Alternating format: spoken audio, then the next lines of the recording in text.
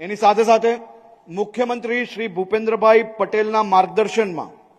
ગુજરાતના યુવાનોને વધુમાં વધુ તક મળે તે માટે ગુજરાત પોલીસ વિભાગની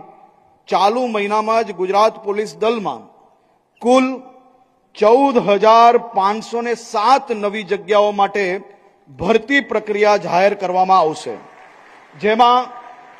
પીએસઆઈ, લોકરક્ષક જેવી મુખ્ય કેડરના